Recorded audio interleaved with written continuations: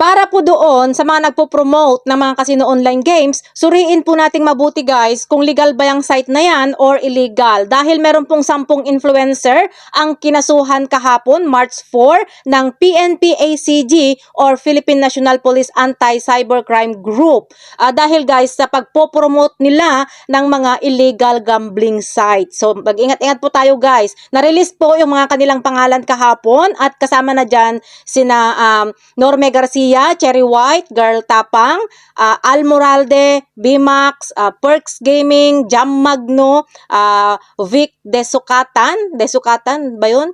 150 at saka si Princess Solomon. So, base po guys sa PNP-ACG, nakapag-coordinate na daw sila sa Meta platform para i-take down ang kanilang mga Facebook account. Kaya sa mga nagpo-promote dyan guys ng mga sugal, maging maingat po kayo para hindi mapahamak ang inyong mga account.